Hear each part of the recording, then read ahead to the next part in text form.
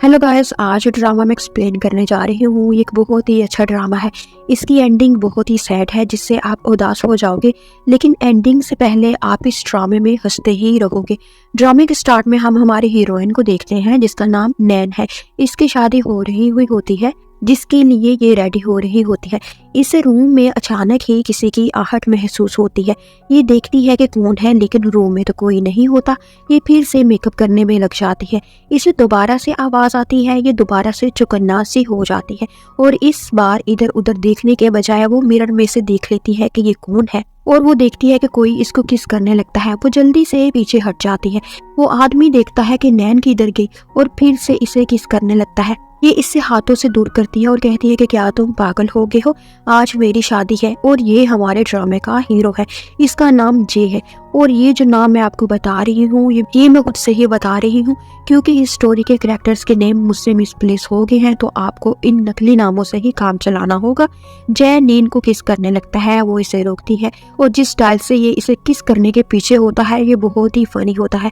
जय को लगता है कि शायद मुझे इसको पहले प्रपोज करना चाहिए, इसके बाद ये शायद मुझे किस करने देगी। वो जल्दी से पीछे को मुड़ता है और फिर इसे कहता है कि मैं तुमसे शादी करना चाहता हूँ, will you please marry me. नैन इसे इस बार अपने शूज से पीछे करती है और कहती है दफा दूर, तुम किधर से आगे हो। मेरी जिससे शादी हो रही है वो मुझसे बहुत ही प्यार करता है और तुम तो शक्ल से ही उल्लू के पट्टे लगते हो, भला मैं तुमसे शादी क्यों करूंगी। और इसको अच्छी खासी बातें सुनाकर वो वहां से चले जाती है। जे रिंग हाथ में पकड़कर खुद से बात करता है कि कहता है कि मैं भी देखता हूँ कि तुम्हारी शादी मेरे अलावा किसी और से कैसे होती है। और फिर नैन बाहर आ जाती है। सारे गेस्ट इसकी तरफ देखने लगते हैं और इसका होने वाला शोहर भी इसकी तरफ देखकर बहुत ही ज्यादा एक्साइटेड लगता है और इसका नाम मैंने टिम रख दिया है। टिम नैन को देखकर बहुत ही खुश होता है और नैन भी खुशी खुशी इसकी तरफ बढ़ने लगती है। तभी नैन की सौतेली बहन वहां पर आ जाती है और नैन को हक करती है। वो ऐसे जाहिर करती है, प्रीटेंड करती है कि वो नैन को शादी की मुबारकबाद दे रही है, लेकिन वो असल में इसको कह रही होती है कि मैं भी देखती हूँ कि तुम्हारी शादी टिम के साथ कैसे होती है। टिम सिर्फ मेरा है, मैं इसे तुम्हारा कभी नहीं होने दूंगी। जिस पर नैन कहती है तो ठीक है, अभी कुछ मिनटों में ही क्लियर हो जाएगा कि इसकी शादी तुमसे होती है या मुझसे होती है। और यहाँ पर ये दो आदमी बातें कर रहे होते हैं कि चाहे ये दोनों जितना मर्जी एक्साइटेड हो जाएं और एक दूसरे को मुबारकबाद दे ले, लेकिन ये शादी कभी नहीं हो सकती। इनमें से एक आदमी जे का मुलाजिम होता है, इसका सर्वेंट होता है, या आप इसको जे का असिस्टेंट भी कह सकते हैं, और होता भी ऐसा ही है। नैन की बहन का नाम फीफी है। फीफी नाइफ निकालकर खुद को खुद ही इंजर करती है और ऐसे प्रिटेंड करती है जैसे कि नैन ने इसे मारा हो। नैन भी हैरान हो जाती है और सब गेस्ट भी हैरान और परेशान हो जाते हैं। फीफी की माँ, जो कि नैन की सौतेली माँ होती है, वो नैन को कहती है कि तुम कैसी बहन हो, अपनी बहन की जान लेना चाहती हो, और तुम्हारी बहन तो तुम्हारी खुशी में शरीक होने के लिए आई थी, तुम्हें कंग्रेचुलेट करने के लिए आई थी। और इसका डैडी भी आकर इसको बातें सुनाता है और फिर थप्पड़ मार देता है। नैन कहती है ये मैंने नहीं किया, ये इसने खुद किया है, खुद को खुद ही इसने स्टैब किया है, इंजर किया है, और अब ये मुझे ब्लेम कर रही है ताकि ये मेरी शादी रुकवा सके। इसकी इस बात पर यकीन करने के बजाय इसका बाप इसे दूसरा थप्पड़ मारने लगता है। ये हाथ पकड़ लेती है और कहती है कि बस कर दो अब्बा, क्या हो गया है, तुम्हें मेरी बात की समझ नहीं आ रही, ये सब तुम्हारी बेटी का किया धरा है, मैंने तो कुछ नहीं किया। और टिम भी फिर इसकी ही इंसल्ट करता है। वो कहता है कि मेरी और तुम्हारी शादी कैंसिल, मैं ऐसी लड़की से शादी ही नहीं करना चाहता जो कि अपनी ही बहन को कत्ल करने का सोचे। नैन इसका हाथ पकड़कर इसे बताने लगती है कि देखो ऐसा नहीं है जैसा तुम सोच रहे हो, मैंने ऐसा नहीं किया। टिम इसका हाथ झटक देता है और ये गिरने लगती है और जल्दी से हमारा हीरो वहां पर पहुंचकर, यानी जे वहां पर पहुंचकर इसको सहारा देता है और कहता है कि देखा, मैंने नहीं कहा था तुम्हें, तुम्हारी शादी मुझसे ही होगी, तुम इन सब को छोड़ो और मेरी आंखों में अपने लिए प्यार देखो। और नैन तो इन सब को देखने लगती है और फिर इसकी तरफ देखकर कहती है कि इस तरह की सिचुएशन में ये किस तरह के डायलॉग मार रहा है। जैसे कहता है कि क्या सोच रही हो, तो मेरी आंखों में प्यार क्यों नहीं ढूंढ रही हो। अच्छा, मैं अब समझा, तुम चाहती हो कि पहले मैं इन सब का दिमाग ठीक करूं, जिन्होंने तुम्हें एक्यूज किया है पहले मैं इनको मजा चिखाऊं। फिर वो टिम के पास आता है और टिम को एक जोरदार थप्पड़ मारता है और कहता है कि तुम्हारी जुर्रत कैसी हुई अपनी होने वाली भाभी को जली कटी बातें सुनाने की, इसकी इंसल्ट करने की। टिम तो थप्पड़ खाकर हैरान परेशान हो जाता है कि ये मुझे क्यों मार रहा है। वो कहता है कि भाई ये मेरी होने वाली भाभी कब थी, ये तो मेरी होने वाली बीवी थी। जिस पर वो एक और जोरदार थप्पड़ इसे मारता है। टिम दूसरा थप्पड़ पड़ने के बाद इससे पूछता है कि ये दूसरा थप्पड़ क्यों मारा है, जिस पर जे कहता है ये तुम्हारी भाभी की तरफ से है। और तीसरा थप्पड़ टिम को जैसे ही पड़ता है, नैन तो खुश ही हो जाती है कि ये क्या शॉट पे शॉट मारता जा रहा है, काश ये एक और थप्पड़ भी लगा दे। और जे पता नहीं कैसे नैन के दिल की बात सुन लेता है और एक और जोरदार थप्पड़ टिम को लगा देता है। 4 थप्पड़ मारने के बाद जे के अपने हाथ दुखने लगते हैं। फिर वो नैन से पूछता है कि क्या अब तुम खुश हो या 1-2 और लगा दूं, जिस पर वो कहती है कि तुम रहने दो, अब मेरी बारी है। फिर वो आकर टिम को लात मारती है, जिससे बेचारा टिम की तो चीखें ही निकल जाती है। और फिर जे गार्ड को बुलाकर कहता है कि टिम को हॉस्पिटल लेकर जाओ। और फिर जे सबके सामने नैन को प्रपोज कर देता है। टिम असल में जे का कजन होता है और यहाँ पर जे का बड़ा भाई भी खड़ा होता है और ये तीनों भाई मिलिट्री ऑफिसर्स होते हैं। और नैन एक नर्स होती है जो कि ये शादी किसी मकसद के लिए कर रही होती है। वो असल में ली फैमिली में शादी करके इसलिए जाना चाहती है कि शादी के जरिए वो ली फैमिली में एंटर हो सके और अपनी मरी हुई माँ की पेंटिंग्स को, जो कि कुछ कॉन्फिडेंशियल होती हैं, उन तक एक्सेस हासिल कर सके। इसलिए टिम हो या जे, इसे कुछ फर्क नहीं पड़ता। वो बस ली फैमिली में ही शादी करना चाहती थी ताकि अपने मकसद को हासिल कर सके। जे का भाई इसके जे से शादी के खिलाफ होता है। वो जे को कहता है कि मैं तुम्हें नैन से शादी की इजाजत नहीं दूंगा, क्योंकि पहले इसने टिम से शादी करनी थी और टिम ने इससे शादी से इनकार किया है क्योंकि उसके पास एक वैलिड रीजन है जिसकी वजह से उसने इसको छोड़ा है। तो तुम इससे क्यों शादी कर रहे हो? ऐसी लड़की जो अपनी बहन को मारने की कोशिश कर सकती है, वो कल को तुम्हें भी नुकसान पहुंचा सकती है। जिस पर जे कहते हैं कि आप फिक्र ना करें, अगर ये मुझे नुकसान पहुंचाएगी तो मैं इसे प्यार से समझा लूंगा। आप बस हमारे होने वाले बच्चों का नाम सोचे। और फिर दोनों की शादी हो जाती है। शादी हो जाने के बाद वो इसे हक करता है। नैन सोचने लगती है कि कहीं ये सच में मेरे पीछे लट्टू तो नहीं हो गया, ये कुछ ज्यादा ही चिपक रहा है। और फिर हम देखते हैं अगले सीन में ये दोनों अपने हाउस आ जाते हैं, यानी ली हाउस आ जाते हैं। और जे नैन को अपना बाजू पकड़ने को कहता है और फिर बताता है कि ये मेरा ख्वाब था कि मैं तुम्हारे साथ अपने घर में कदम रखूं, क्योंकि जब मैंने तुम्हें पहली बार देखा था तो तुमसे प्यार कर बैठा था और सोच लिया था कि शादी तो मैं तुमसे ही करूंगा। नैन सोचने लगती है कि इसने मुझे पहले कहाँ पर देखा होगा और इसके तो माइंड में बस इसका मिशन ही चल रहा होता है। वो अपने मिशन के बारे में ही सोच रही हुई होती है जिस मकसद के लिए इसने शादी की हुई होती है। ये कब अपनी माँ की बनाई गई पेंटिंग्स तक पहुंच सकेगी। और फिर ये जे का हाथ छोड़कर खुद ही अंदर जाने लगती है। तो जे इसको कहता है कि क्या हो गया है तुम्हें, अकेले ही अंदर भागती जा रही हो, हम दोनों को एक साथ घर में एंटर होना चाहिए। ये सुनकर वो थोड़ी सी घबरा भी जाती है कि कहीं जे को शक तो नहीं हो गया कि मेरी नीयत तो कुछ और ही है। फिर वो दोनों अंदर आते हैं और अंदर जे का बड़ा भाई गुस्से में सामने ही बैठा होता है। इनको इस तरह से गुस्से में देखकर नैन घबरा जाती है और जे की गोद में चढ़ जाती है। जे कहता है वाइफ क्या हो गया है आपको, ये कोई चूहा थोड़ी ही है जिससे तुम डर रही हो, ये तो मेरा भाई है। ये बहुत ही मजे वाला सीन था। फिर ये दोनों इन सब के सामने आकर खड़े हो जाते हैं और जे के भाई, जिनका नाम मैनेजर जू है, वो सबसे पहले तो जे को कहता है कि तुमने अपनी ही मर्जी की है, मैं तो तुम्हें समझाता भी रहा लेकिन तुमने मेरी बात नहीं मानी। तुमने इतना भी ना सोचा कि आखिर कोई ना कोई तो रीजन होगी जिसकी वजह से मैं चाह रहा हूँ कि तुम इससे शादी ना करो, जिसकी वजह से टिम ने भी इससे शादी करने से इनकार किया, लेकिन तुम अपनी मनमानी ही करते हो। और मैं तुम्हें साफ साफ बता दूं कि मुझे इस लड़की पर शक है कि ये किसी मकसद के लिए यहाँ पर आई है। जिस पर नैन कहते हैं कि कोई बात नहीं, आपने शक करना है तो आप शक करते रहे, मैं तो शादी करके इस घर में आ चुकी हूँ। मेजर जो को तो इसकी बदतमीजी से बहुत ही गुस्सा आता है। वो इनको और बातें सुनाने लगता है। तभी मिस योंग इनको कहती है कि आप रहने दे, अब गुस्सा जाने दे, अब तो ये आ ही गए हैं और आपने इनकी क्लास लेना शुरू कर दी है। मिस योंग असल में जो को लाइक करती है और अभी भी नैन से शादी हो जाने के बाद भी इसे होप होती है कि जे इसे अपना ही लेगा। वो जे के सामने अपना आप बड़ा अच्छा साबित करने की कोशिश करती है और कहती है कि मैं तुम दोनों के लिए कॉफी बनाती हूँ, और वहां से चले जाती है। और फिर जे अपने भाई से कहता है कि अगर आपको कोई ऑब्जेक्शन ना हो तो क्या हम ऊपर जाकर अपनी सुहाग रात बना सकते हैं। मेजर जू तो इसकी बेशर्मी पर हक्का पक्का रह जाता है और जे निंग को गोद में उठाकर सीढ़ियां चढ़ने लगता है। और योंग वापस आते हुए सोचती है कि ये इतनी जल्दी ऊपर जा रहे हैं, मैं तो इनके लिए कॉफी बनाने के लिए गई थी, लगता है इनको बहुत ही जल्दी है, और मुस्कुराने लगती है। अगले सीन में हम देखते हैं जो घर से बाहर आता है। यहाँ ये सेक्रेटरी इसका इंतजार कर रहा होता है। वो इससे कहता है कि आपको शादी की बहुत बहुत मुबारक हो, आपने जैसा सोचा था वैसा ही हुआ है, अब जल्दी से बच्चे की खुशखबरी भी सुना दे। पहले तो जे का मूड इसकी बातों से ठीक था, वो खुश हो रहा था, लेकिन जैसे ही इसने बच्चे की बात की तो जे इसे कहता है ज्यादा शोखा होने की जरूरत नहीं है, अपने लिमिट्स में रहो।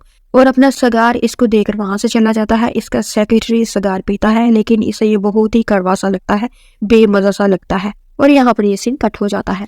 फिर हम देखते हैं वो अंदर आता है, लेकिन इस नैन कहीं नजर नहीं आती, तो वो खुद अकेला ही बेड पर लेट जाता है। तो नैन बेड के नीचे से सर निकाल कर इसे इशारा करती है कि तुम जाकर सोफे पर सो जाओ, यहाँ पर मैं सोऊंगी। वो कहता है कि मैं क्यों सोफे पर सोऊं, ये तो मेरा बेड है, मैं तो यहीं पर रहूंगा। जिस पर नैन मुंह बनाती हुई खुद ही सोफे की तरफ भागती है। तो जल्दी से ये नैन का हाथ पकड़कर इसे घुमा कर बेड पर फेंकता है और खुद इसके ऊपर आ जाता है। वो तो घबरा जाती है, वो इसे कहती है कि तुम ये क्या कर रही हो, दूर रहो मुझसे।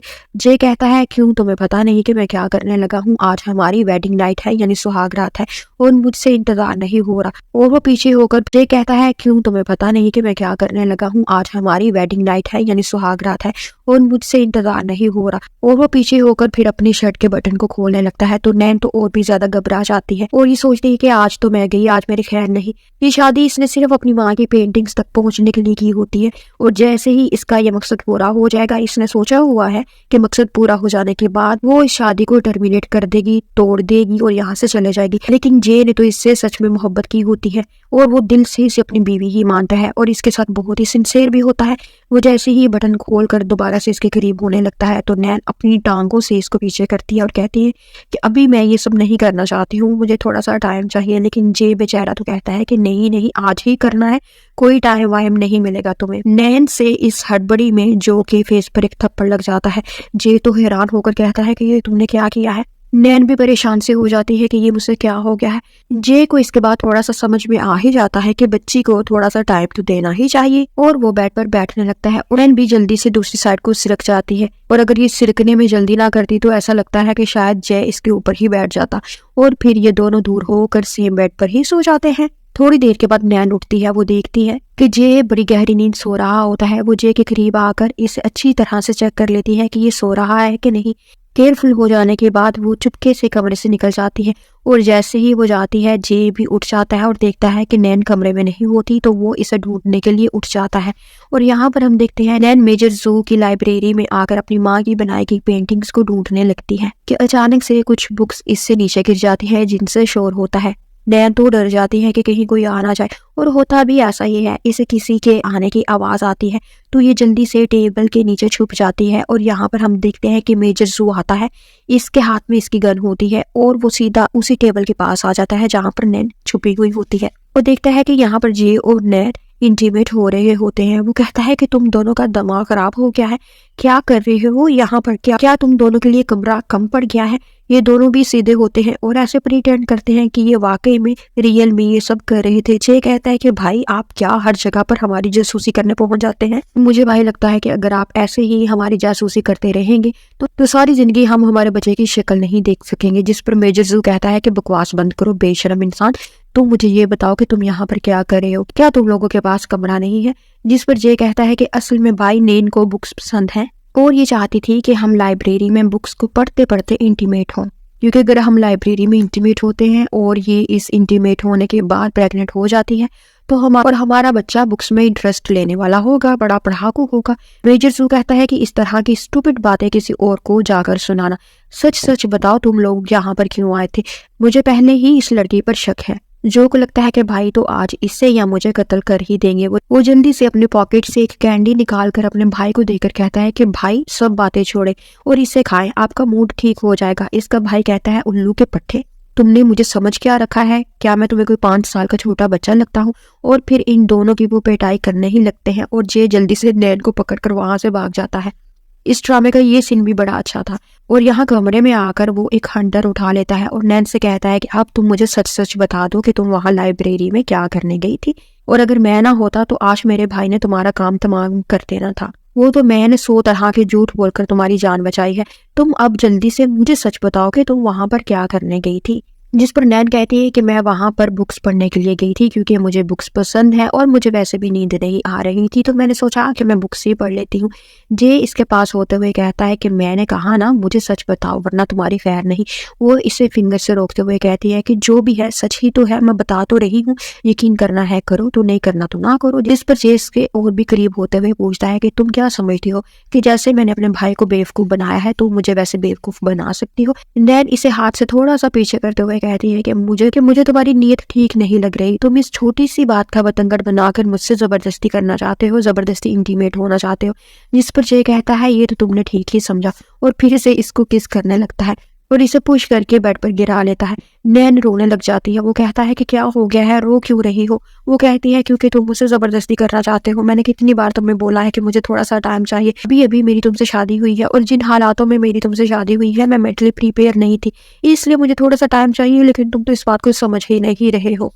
मैं इतनी जल्दी कैसे तुम्हारे साथ फिजिकल हो सकती हूँ, और तुम्हें तो हर वक्त किस करने की ही पड़ी हुई होती है। जिस पर जय कहता है ठीक है मेरी माँ, अब रोना बंद करो, जैसे तुम चाहोगी वैसे ही होगा। अगर तुम नहीं चाहती कि मैं तुम्हें टच करूँ तो ठीक है, नहीं करूँगा, और अब खुद ही बता दो कि मैं कहाँ पर सोऊं। जिस पर नैनी से इशारा करके कहती है कि सोफे पर। वो कहता है ठीक है, और सोफे की तरफ जाते जाते वो इसके फेस पर यानी चीक पर किस कर ही लेता है। नैन तो चौंक जाती है और इसे देखने लगती है। जिस पर वो कहता है कि चलो लिप्स पर नहीं तो चीक पर तो मैं अपना हक रखता ही हूँ, और मुस्कुराता हुआ वो सोफे की तरफ चला जाता है। और फिर अगले सीन में हम देखते हैं नैन सोकर उठती है तो अपने सामने योंग को देखकर चौंक सी जाती है। वो कहती है कि तुम यहाँ कैसे आई हो, यहाँ पर क्या कर रही हो? जिस पर योंग इसको कहती है कि चलो दोनों मिलकर शॉपिंग करने के लिए चलते हैं। और फिर ये दोनों शॉपिंग करने आ जाती हैं। यहाँ पर नैंग किसी आदमी से बात करती है और इसको बताती है कि मैं बहुत जल्द काम कर लूंगी जिस मकसद के लिए मैं वहां पर गई हूँ। ये आदमी इसका राजदार होता है। यहाँ पर हम देखते हैं नैन की सौतेली बहन और इसकी सौतेली माँ भी वहां पर आ जाते हैं, और वो नैन को देखकर कहती है कि तुम्हारी इतनी औकात कैसे हुई कि तुम इतने महंगे शॉपिंग मॉल में आ सको। नैन कहती है कि औकात का तो पता नहीं, लेकिन इतना जरूर मुझे पता है कि जो मेरा है वो तुम्हारा कभी नहीं हो सकता। जिस पर फिफू कहती है ये बात है तो देखो फिर जो आज हम बाय कर सकते हैं वो तुम कभी नहीं बाय कर सकती, बल्कि तुम उसके बारे में सोच भी नहीं सकती हो, अफोर्ड ही नहीं कर सकती तुम जो हम बाय कर सकते हैं। और सिर्फ नैन से जिद के चक्कर में वो वहां पर पड़ी हुई हर चीज ही बाय कर लेती है, और जब पेमेंट करने की बारी आती है तो इनके पास तो इतने पैसे ही नहीं होते। और फिर इन दोनों माँ बेटी का वहां पर अच्छा खासा मजाक बन जाता है, और इनकी ऐसी शर्मिंदा सी हालत देखकर नैन भी मुस्कुराने लगती है। और फिर जब योंग और नैन घर वापस आती है तो टिंग और मेजर जू की बीवी इन दोनों की इंसल्ट करने लगती है। योंग तो इन दोनों को नजरअंदाज करते हुए ऊपर चले जाती है, और नैन इनके हाथ लग जाती है। ये कहते हैं तुम भी क्या सोच रही होगी कि कहाँ तुम और कहाँ हम लोग, तुम्हारी जैसे को तो हम अपने घरों में काम करने के लिए रखते हैं, और तुम यहाँ पर घर की मालकन बनकर रह रही हो। ये तो जय की बेवकूफ़ी है कि उसने तुम जैसी लड़के से शादी की, वरना तुमसे शादी करना तो दूर की बात, तुम्हारी तो शक्ल भी हम जैसे लोग देखना गवारा नहीं करते। और अब ये बातें हो ही रही होती है कि वहां पर जिजो आ जाती है। जिजो असल में जियो के बचपन की दोस्त होती है, और वो इसे बचपन से ही बहुत ही लाइक किया करती थी, और वो अब्रॉड पढ़ने के लिए चले जाती है, हायर स्टडी के लिए चले जाती है क्योंकि इसको डॉक्टर बनना होता है। और यहाँ पर जय शादी कर चुका होता है। टीम और मिसेस जू इससे बड़े अच्छे तरीके से वेलकम करते हैं और इसकी और जय की दोस्ती की बातें करने लगते हैं। जबकि लूजी बार बार नीन की तरफ देख रही होती है। वो समझ आती है कि जो की वाइफ ये ही होगी। तभी जे भी वहां पर आ जाता है और ये भाग कर इसकी तरफ जाती है और इसे हग कर लेती है। तब ही मेजर जू भी वहां पर आ जाता है और लूजी से बहुत ही अच्छे तरीके से मिलता है और नैन को कहता है कि जे की शादी तो लूजी जैसी कैपेबल लड़की से होना थी, तुम पता नहीं कहाँ से बीच में आ गई। जिस पर नैन गुस्से में आकर कहती है कि किसने रोका है, अभी करवा दे इसकी शादी जे के साथ, मैंने तो कोई पाबंदी नहीं लगाई हुई। इसकी इस बात पर जे इसे बाजू से पकड़कर घसीटता हुआ कमरे में लेकर आता है और पूछता है कि ये क्या बकवास कर रही थी तुम नीचे सबके सामने। जिस पर वो कहती है तो मैंने कौन सी गलत बात की है, तुम्हारे घर वाले तुम्हारी शादी लूजू से करवाना चाहते हैं और मैंने तुम दोनों की क्लोजनेस भी देखी है, इसीलिए तो मैंने कहा है कि मैं कुबाब में हड्डी नहीं बनना चाहती हूँ। तुम दोनों शादी करना चाहते हो तो कर लो, और वैसे भी हम दोनों के बीच में ऐसा कोई रिश्ता है ही नहीं। और वो ये कहकर वहां से जाने लगती है। जे इसका हाथ पकड़कर इसको रोक लेता है और इसे गोद में उठा लेता है और फिर इसे लेकर सोफे पर बैठ जाता है और इसे बच्चों की तरह इसने अपनी गोद में उठाया हुआ होता है। वो इसको कहता है तुम कैसे सोच सकती हो कि मैं तुम्हें छोड़कर किसी और से शादी करूंगा, और तुम आज शॉपिंग पर गई थी तो तुमने क्या बाय किया। वो कहती है कि हाँ मैं शॉपिंग पर गई थी और मैंने अपनी ग्रैंड माँ की बर्थडे के लिए उनके लिए एक स्कार्फ बाय किया है, और वो भी मैंने अपने पैसों से बाय किया है। मैंने तुम्हारे पैसे या तुम्हारा नाम भी शॉपिंग के लिए इस्तेमाल नहीं किया और ना ही मैं आगे करूंगी। जिस पर गुस्सा होकर जे इसे नीचे गिरा देता है और कहता है कि क्या मैंने तुम्हें मना किया है, तुम इतना एटीट्यूड क्यों दिखा रही हो। और फिर दोबारा से इसको पकड़कर उठाकर बेड पर लाकर फेंक देता है और इसके करीब आकर इससे कहता है कि तुम जानती हो कि मैं कितनी तकलीफ से गुजर रहा हूँ, सिर्फ इसलिए कि शादीशुदा हो जाने के बावजूद भी मेरा हक नहीं है कि मैं तुम्हें टच कर सकूं। तुम मुझे अपने करीब नहीं आने दे रही हो, और शायद मैं पहला आदमी होऊंगा जो अपनी बीवी से शादी हो जाने के बावजूद भी अपनी डिमांड्स को पूरा नहीं कर रहा। लेकिन फिर भी तुम मुझसे खुश नहीं हो, तुम चाहती क्या हो? नैन आंखें फाड़े फाड़े इसकी सारी बातें सुन रही होती है। तभी दरवाजे पर कोई नॉक करता है। इन्हीं जोप होती है। जे दरवाजा खोलता है, इसके लिप पर लिपस्टिक लगी हुई होती है और फिर नैन भी दरवाजे पर आ जाती है। इसके बटन भी खुले हुए होते हैं। ये देखकर लीज़ ऑकवर्ड सा फील करती है। ये दोनों जानबूझकर ऐसे हुलिये में इसके सामने आए हुए होते हैं क्योंकि वो प्रिटेंड करना चाहते थे कि सबको पता चले कि इन दोनों के बीच में सब कुछ नॉर्मल है और किसी को इन पर शक ना हो। इन दोनों को ऐसी हालत में देखकर लीज़ को लगता है कि ये दोनों इंटीमेट हो रहे थे। वो फिर जे से कहती है कि मैं जा रही हूँ, मैं बस तुमसे आखिरी बार मिलने के लिए आई थी, और इसे एक गुड बाय नोट देती है और कहती है कि मैं तुम दोनों का प्यार देख चुकी हूँ और मैं नहीं चाहती हूँ कि तुम दोनों का प्यार बसा बसाया घर मेरी वजह से किसी मिसअंडरस्टैंडिंग का शिकार हो। और वो वहां से चले जाती है। जे तो इसके एटीट्यूड से बहुत ही रिलैक्स हो जाता है और इसको खुशी खुशी जाता देखता है। इसके बाद हम देखते हैं नेक्स्ट डे जे किसी काम के लिए बाहर जा रहा होता है। वो अपने सेक्रेटरी जे तो इसके एटीट्यूड से बहुत ही रिलैक्स हो जाता है और इसको खुशी खुशी जाता देखता है। इसके बाद हम देखते हैं नेक्स्ट डे जे किसी काम के लिए बाहर जा रहा होता है। वो अपने सेक्रेटरी से कहता है कि नैन का ख्याल रखना। तब हम देखते हैं नैन अपनी ग्रैनी की बर्थडे के लिए इनके घर आती है। वहां पर पहले से ही फीफो खड़ी हुई होती है। वो इसे आता देखकर कहती है कि एक तो तुम हर जगह पर पहुंच जाती हो, जहां पर भी हम आते हैं तुम आ जाती हो, बोला आज तुम्हारी यहाँ पर आने की क्या तुक बनती थी? जिस पर नैन इसके पास आकर कहती है कि मुझे बार बार तंग करने की कोशिश ना करो, अगर मुझे गुस्सा आ गया ना तो मैं सारी दुनिया को दिखा दूंगी कि तुम माँ बेटी क्या हो। जिस पर फीफो डर सी जाती है कि कहीं ये वाकई में हमें एक्सपोज ना कर दे और वो इसको जाने देती है। फिर हम देखते हैं फीफो की माँ यानी नैन की सौतेली माँ एक आदमी के साथ एक कमरे की तरफ भाग रही होती है और यहाँ पर नैन इन दोनों को भागता हुआ देख लेती है और इन दोनों का पीछा करती है और वो देखती है कि ये दोनों अंदर इंटीमेट हो रहे होते हैं। नैन तो ये देखकर शॉक्ड हो जाती है। इसने कभी सोचा भी नहीं था कि इसकी सौतेली माँ इस हद तक भी गिर सकती है। फिर हम देखते हैं सब लोग खाना खाने के लिए बैठे होते हैं जहाँ पर फीफो की माँ आकर नैन से कहने लगती है कि तुम यहाँ पर क्यों आई हो। इसकी बात मुकम्मल होने से पहले ही नैन इसकी तरफ देखकर ऐसा इशारा करती है जिससे वो डर जाती है कि कहीं इसने मुझे उस आदमी के साथ देख तो नहीं लिया। फिर हम देखते हैं इसकी ग्रैनी बाहर आती है। फीफो, टिम और सब गेस्ट इसको बड़ी अच्छी तरीके से वेलकम करते हैं। अब टिम यहाँ पर नैन को टीज करने लगता है। वो कहता है कि तुम्हारा हस्बैंड तो तुम्हारे साथ नहीं आया तुम्हारी ग्रैनी की बर्थडे पे, क्या वो तुम्हें इम्पोर्टेंस नहीं देता, वैल्यू नहीं देता? और इसका मजाक उड़ाने लग जाता है। तभी एकदम से वहां पर कुछ आदमी बहुत से गिफ्ट्स और फूल लेकर आ जाते हैं और खुद जे भी वहां पर आ जाता है। ये सब देखकर हक्का बक्का हो जाते हैं।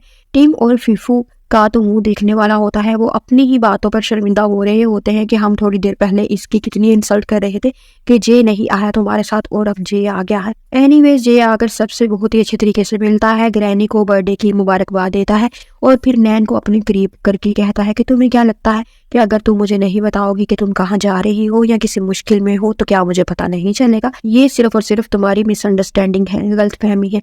मुझे हमेशा तुम्हारा पता चल जाएगा कि तुम्हें कब मेरी जरूरत है और मैं तुम्हारे बुलाने से पहले ही वहां पर पहुंच जाऊंगा। नैन तो इसकी बातों पर हैरान हो रही होती है और इधर टीम और फीफो भी जे के अचानक आ जाने पर हैरान हो रहे होते हैं।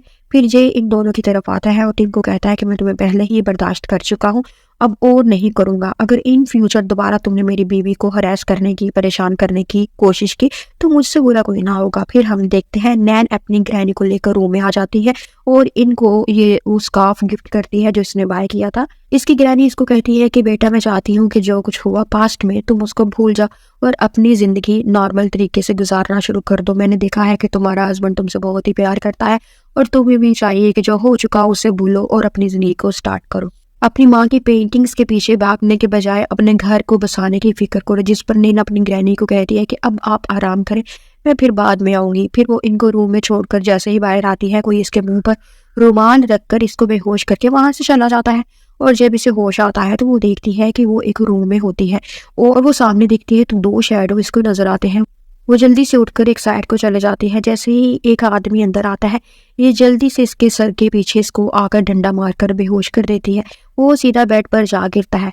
वो स्टिक से इसको चेक करती है कि क्या ये बेहोश हो चुका है या नहीं। कंफर्म हो जाने पर कि ये वाकई में बेहोश हो चुका है वो बाहर आती है और जे के सेक्रेटरी को कहती है कि अब मुझे तुम्हारी हेल्प की जरूरत होगी। जिस पर वो जल्दी से मान जाता है और कहता है मैम आप बताएं आपको कैसी हेल्प चाहिए, मैं करने को तैयार हूँ। और अगले सीन में हम देखते हैं जे का सेक्रेटरी फीफो की माँ को बेहोश करके वहां पर ले आता है और नैन इन दोनों को एक ही बेड पर लिटा देती है और थोड़ा बहुत इनको अनड्रेस भी कर देती है। जो चाल ये दोनों माँ बेटी नैन के खिलाफ चलना चाह रही थी, नैन ने अपनी होशियारी से इन दोनों को उसी चाल में फंसा दिया होता है। और यहाँ पर हम देखते हैं फीफो शो डालती है कि मैंने नैन को किसी आदमी के साथ रूम में देखा है, ये दोनों एक ही बेड पर हैं और इंटीमेट हो रहे हैं।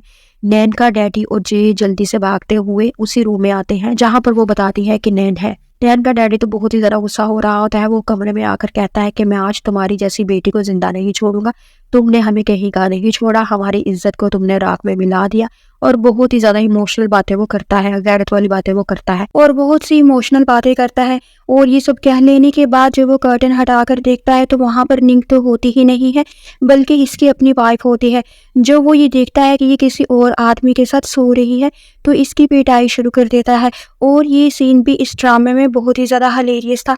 इस आदमी के और इस औरत के कपड़े उतरे हुए होते हैं और ऊपर से इनकी पिटाई हो रही होती है और इन दोनों को पता ही नहीं होता कि उन्होंने क्या किया है।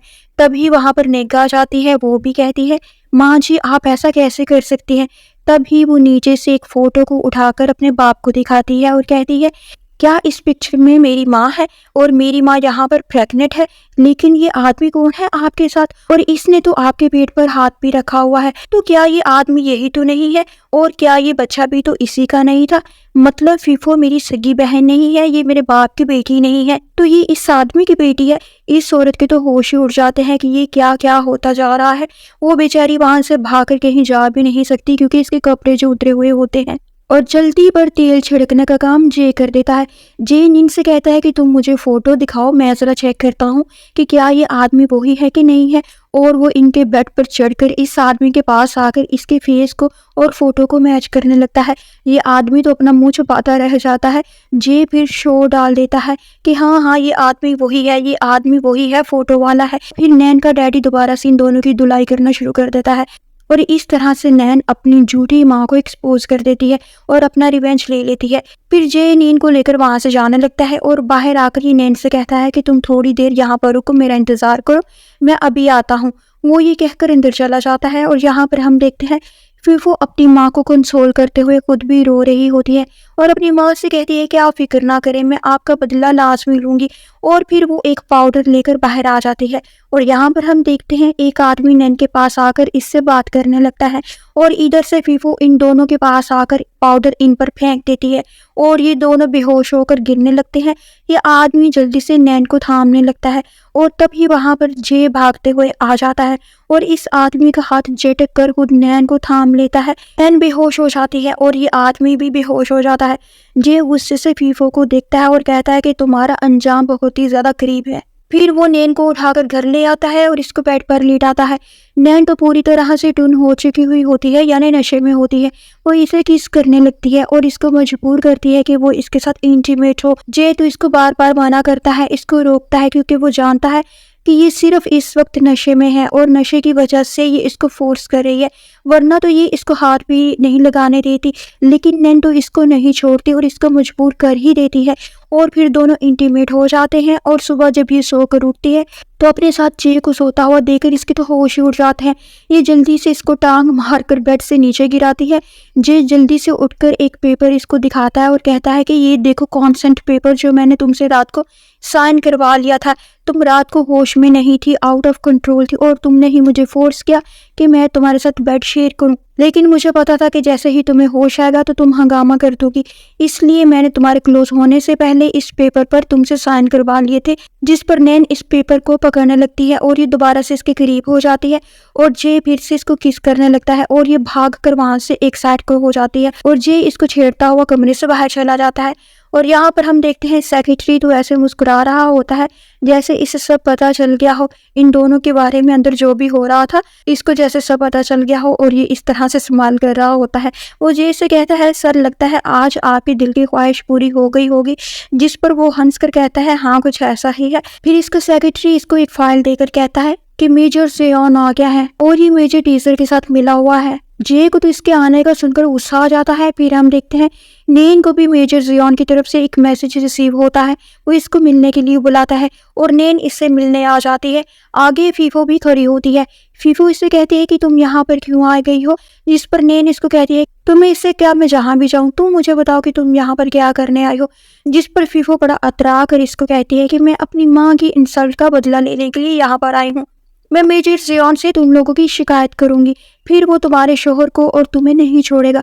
जिस पर नैन कहती है कि तुम कितनी इमेच्योर हो, मेजर जियोन तुम्हारे कहने पर भला हमें क्यों पनिश करेगा, वो तो तुम्हें जानता तक नहीं है। तभी वहां पर मेजर टीजर भी आ जाता है और इन दोनों की बातें सुनने लगता है। नैन इसे आता देख लेती है लेकिन फीफो इसको आता हुआ नहीं देखती। फिर फीफो इसे कहती है कि अगर मेजर जियान मुझे नहीं जानता तो क्या हुआ, इससे कोई भी फर्क नहीं पड़ता, वो बस मेरी ब्यूटी से इम्प्रेस हो जाएगा। मैं उसे अपनी अदाओं से सेड्यूस करूंगी और अपना मकसद हासिल कर लूंगी और तुम दोनों हस्बैंड वाइफ को मैं जिंदा नहीं छोड़ूंगी। और इसकी ये बातें मेजर टीजर भी सुन लेता है और इसके पास आ जाता है और कहता है कि तुम इतना गिर सकती हो, मैं कभी सोच भी नहीं सकता था। और यहाँ पर मेजर जियान और शे भी आ जाते हैं। मेजर जियान फीफो को कहता है कि तुम कौन हो और यहाँ पर क्यों आई हो, हमारे पास इतना टाइम नहीं होता कि फजूल में तुम जैसी औरतों के डोमेस्टिक इश्यूज को सॉल्व करता फिरे। और मेजर टीम भी फीफो को थप्पड़ मारकर वहां से चला जाता है। फीफो बेचारी तो दोनों से अच्छी तरह से इंसल्ट करवा लेती है। फिर हम देखते हैं जेन नीन को लेकर बाहर आ जाता है और कहता है कि तुम यहाँ पर मेरा इंतजार करो, मैं अभी आता हूँ। और इसके जाने के कुछ देर बाद वहां पर ट्रिम आ जाता है और इसे कहता है कि आज तुम बहुत ही ज्यादा खुश होगी कि तुम्हें ठुकराने के बाद मैंने जिससे शादी की इसने मुझे चीट किया, इसने सिर्फ मेरे पैसे के लिए मुझसे शादी की थी, वो मेरे साथ कभी भी सिंसियर नहीं थी। नैन कहती है ऐसी कोई भी बात नहीं है, मैं खुश नहीं हूँ, बल्कि मैं तो खुद परेशान हूँ क्योंकि ये जो कुछ भी हुआ है ये अच्छा नहीं हुआ और मेरे दिल में तुम्हारे लिए कोई भी शिकवा या नफरत नहीं है। जो कुछ पास्ट में हुआ मैं सब कुछ भूल चुकी हूँ। और वो फिर वहां से चला जाता है और यहाँ पर हम देखते हैं जे किसी टेररिस्ट को पकड़ लेता है और ये इससे इन्वेस्टिगेशन कर रहा होता है और कुछ ना बताने पर ये इसे गोली मार देता है। और तभी नैन अंदर आ जाती है और ये सब देखकर परेशान हो जाती है। और यहाँ पर हमें फ्लैशबैक का एक सीन दिखाया जाता है कि ये तो वही आदमी था जिसने एक बार नैन की जान बचाई थी। तब से नैन इसे अपना भाई समझती थी। सीन फिर से प्रेजेंट में शिफ्ट होता है। नैन इसे कहती है कि ये तुमने क्या किया है, ये तो मेरे साथ भाइयों जैसा था, और इसके मुंह पर थप्पड़ मार देती है और फिर बेहोश हो जाती है। जे इसे उठाकर घर ले आता है और बेड पर लेटाता है। नैन फिर से होश में आकर इसे दोबारा से थप्पड़ मारती है और कहती है कि तुमने ये क्या किया, तुमने मेरे भाई को मार डाला। मेरा तो सिर्फ यही एक रिश्ता था जो खूनी रिश्तों से, ब्लड रिलेशन से भी बढ़कर मेरे लिए था। तुमने आखिर ऐसा क्यों किया? मैं तुम्हें बड़ी मुश्किल से अच्छा इंसान समझने लगी थी, लेकिन तुम तो कातिल निकले, मर्डरर निकले। जिस पर वो भी गुस्से में आ जाता है और कहता है क्योंकि वो तुम्हारा भाई एक जासूस था, वो गद्दार था, टेररिस्ट था, इसने बहुत से लोगों की जान ली हुई थी और अगर मैं इसको ना मारता तो ये और भी बहुत से लोगों की जान ले लेता। और अपने मुल्क को बचाने के लिए, कंट्री को बचाने के लिए, कंट्री के लोगों को बचाने के लिए इसका मर जाना बहुत ही ज्यादा जरूरी था। और वो ये कहकर वहां से गुस्से से चला जाता है और बहुत गुस्से से ये बाहर आता है और अपने सेक्रेटरी को कहता है कि चाहे जो भी हो जाए मैं किसी टेररिस्ट को, गद्दार को नहीं छोड़ूंगा। और फिर वो दोबारा से क्रिमिनल्स को शूट कर रहा होता है। और यहाँ पर हम देखते हैं नैन देखती है कि घर में कोई नहीं है तो वो जल्दी से लाइब्रेरी में आकर पेंटिंग को ढूंढने लगती है। और इधर से जे घर आ जाता है और वो सीधा इसके कमरे में आता है, लेकिन वो तो बेड पर नहीं होती। इसे लगता है कि कहीं मेरे भाई का शक ठीक तो नहीं है, नैन भी कोई स्पे यानी गद्दार, टेररिस्ट, जासूस तो नहीं है। वो सीधा लाइब्रेरी की तरफ बढ़ता है, यहाँ पर ये पेंटिंग ढूंढ रही हुई होती है। नैन को भी पता चल जाता है कि जे घर में आ गया है। जैसे ही जे दरवाजा खोलता है, नैन सामने टेबल पर चेयर पर बैठे बुक पढ़ रही होती है। ये जल्दी से भागते हुए यहाँ पर आकर बुक पढ़ना प्रीटेंड कर रही होती है। जे इसकी तरफ देखता है और फिर आसपास देखने लगता है। इधर नैन के दिल की धड़कन तेज हो जाती है कि कहीं इससे मुझ पर शक तो नहीं हो गया, और होता तो ऐसे ही है। जे को इस पर शक हो चुका हुआ होता है। वो वहां से जाने लगती है तो जे इसका हाथ पकड़ लेता है और इसके हाथ में से ड्रिंक लेकर सामने लगी पेंटिंग पर फेंक देता है और एकदम से इस पेंटिंग की जगह पर एक मैप आ जाता है। और वो इससे कहता है कि तुम यही चोरी करने के लिए यहाँ पर आई थी ना, तुम भी एक जासूस हो। वो वहां से भागने लगती है, लेकिन ये इससे पहले कि वो यहाँ से भागे इसको हथकड़ी बांध देता है और इसके हाथ को बांध कर कहता है कि अब मैं जब तक यहाँ पर वापस नहीं आ जाता तुम यहीं पर रहोगी। मैं आकर फैसला करूंगा, डिसाइड करूंगा कि तुम्हारे साथ क्या करना है। नैन इसे कहती है कि ये तुम गलत कर रहे हो, ये मेरी माँ की पेंटिंग है, मैं तो सिर्फ अपनी माँ की पेंटिंग को लेने के लिए यहाँ पर आई थी। बाकी मुझे किसी भी चीज़ से कोई लेना देना नहीं है और मैं कोई जासूस नहीं हूँ। लेकिन वो तो इतना ज़्यादा गुस्से में होता है, इसकी कोई बात सुनता ही नहीं और इसे बांध कर वहां से चला जाता है। और इसके जाने के बाद कोई और आदमी मुंह पर कपड़ा बांधे हुए आकर इसकी मेड को गन पॉइंट पर लाइब्रेरी में ले आता है। नैन कहती है कि तुम कौन हो और इस बेचारी को छोड़ दो, इसने तुम्हारा क्या बिगाड़ा है जो तुम इसे मारना चाह रहे हो। इस पर ये आदमी इसे कहता है कि हमने इसे नहीं मारना, मारना तो किसी और को है। और वो इसको अपने साथ लेकर चला जाता है। और फिर हम देखते हैं नैन एक चेयर पर बैठी हुई होती है, इसके हाथ बंधे हुए होते हैं और एक आदमी इसको कहता है कि हमारा असल टारगेट तो ये है, इसके पास कुछ इन्फॉर्मेशन है जो हमें चाहिए, तुम इसको कॉल करके बताओ कि तुम्हारी जान खतरे में है, फिर वो तुम्हें बचाने के लिए आएगा तो हम अपना मकसद पूरा कर लेंगे। वो कहती है कि मैं ऐसा कभी नहीं करूंगी, चाहे तुम लोग मुझे जान से मार ही क्यों ना डालो। जिस पर एक आदमी कहता है कि ठीक है, हम खुद ही उसको कॉल कर लेते हैं। फिर वो जे को कॉल करके कहते हैं कि तुम्हारी वाइफ की जान खतरे में है, ये हमारे कब्जे में है और अगर तुम इसकी जान को बचाना चाहते हो तो जल्दी से आ जाओ। जे कहता है कि तुम लोग झूठ बोल रहे हो और अगर मेरी बीवी घर पर नहीं है, तुम्हारे पास है, तो मेरी इससे बात करवाओ। वो नैन को कहते हैं कि बात करो अपने हस्बैंड से और इसको यहाँ पर बुलाओ, लेकिन ये चुप ही रहती है, आवाज नहीं करती, यानी बोलती नहीं है। वो फिर से कहते हैं कि आवाज करो ताकि उसको पता चले कि वाकई में तुम यहाँ पर हो, हम झूठ नहीं बोल रहे हैं। लेकिन नैन चुप ही रहती है। एक आदमी नैन के फेस पर थप्पड़ भी मारता है कि थप्पड़ पड़ने से इसकी चीख की आवाज निकलेगी और वो आ जाएगा, लेकिन ये थप्पड़ पड़ने के बाद भी चुप रहती है। और इस सब से जे समझ आता है कि नैन इन लोगों के पास ही है और सिर्फ मेरी जान को बचाने के लिए ये आवाज नहीं कह रही कि मैं वहां पर ना आऊं। और वो इसको बचाने के लिए निकल पड़ता है और यहाँ पर नैन के सामने मेजर जियोन भी आ जाता है। नैन के तो होश ही उड़ जाते हैं। वो कहती है कि ये सब आपके हाथ में है, आप जे की जान के दुश्मन हैं, मैं तो ऐसा कभी सोच भी नहीं सकती थी। तब भी वहां पर जे भी आ जाता है और अपनी नैन को बचा लेता है और वो वहां पर अपनी पूरी फौज के साथ आया हुआ होता है, इसलिए इन सबको गिरफ्तार भी कर लिया जाता है। फिर अगले सीन में हम देखते हैं दोनों एक दूसरे के हाथों पर मेडिसिन लगा रहे होते हैं। नैन जियो से माफी मांगती है और इससे अपनी मोहब्बत का इजहार कर देती है। वो खुशी से इसको हक कर लेता है और अगली सुबह ये दोनों एक दूसरे के साथ बेड पर सो रहे होते हैं। नैन की आंख पहले खुल जाती है और फिर वो जे को प्यार से छेड़ने लगती है और बताती है कि मैं प्रेग्नेंट हूँ और इसलिए तो मुझे चक्कर भी आ रहे थे और मैं बेहोश भी हो रही थी। जे तो बहुत ही ज्यादा खुश हो जाता है और कहता, देखा ना मेरा प्यार कितना सच्चा है कि कुदरत भी हमारे साथ है। और फिर जंग पर जाने का दिन आ जाता है। जे यूनिफॉर्म पहनकर नैन के साथ बाहर आता है। सामने इसका भाई भी यूनिफॉर्म पहने हुए बैठा हुआ होता है और ये नैन से माफी मांगता है कि मैंने तुम्हें बहुत ही जली कटी बातें सुनाई, तुम्हारी इंसल्ट की, और अब हम दोनों जंग पर जा रहे हैं, पता नहीं हम वापस भी आते हैं कि नहीं आते। तुम अपने दिल में कोई भी बात ना रखना और मुझे माफ कर देना। फिर वो जे से भी माफी मांग लेता है। उन्होंने अपनी बीवी को घर से निकाल दिया होता है।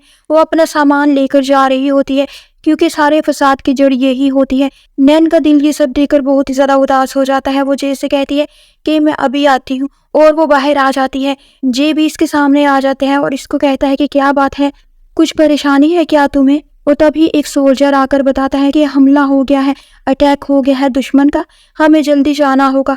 नैन जल्दी से कहने लगती है कि ना जाओ, अब मैं तुम्हारे बगैर नहीं रह सकती हूँ। अगर तुम वापस ना आए, तुम्हें कुछ हो गया तो मैं क्या करूँगी।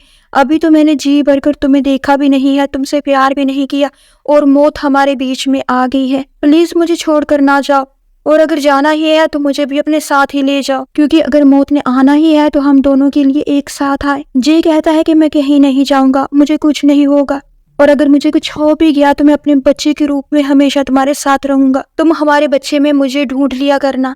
जे चला जाता है और फिर हमें जंग का सीन दिखाया जाता है। जे बहुत ही बहादुरी से दुश्मन का मुकाबला करता है और यहाँ पर नैन भी आ जाती है। वो यहाँ पर जे को ढूंढने के लिए आई हुई होती है और जख्मी सिपाहियों को वो पानी भी पिला रही होती है। इतने में जो इसको पीछे से आकर पकड़ लेता है और जो गोली दुश्मन नैन को मारने लगा था वो जे को लग जाती है और वो अपनी जान देकर नैन की जान बचा जाता है। और फिर 70 साल के बाद, 70 ईयर्स के बाद, एक ओल्ड वुमेन अपने ग्रैंडसन को ये स्टोरी सुना रही होती है और ये ग्रैंडसन कोई और नहीं होता बल्कि ये जे का ग्रैंडसन होता है और ये लड़की नैन की बेटी होती है। वो अपनी माँ और डैडी की स्टोरी अपने ग्रैंडसन को बता रही होती है और यहाँ पर इस खूबसूरत सी लव स्टोरी का एंड हो जाता है।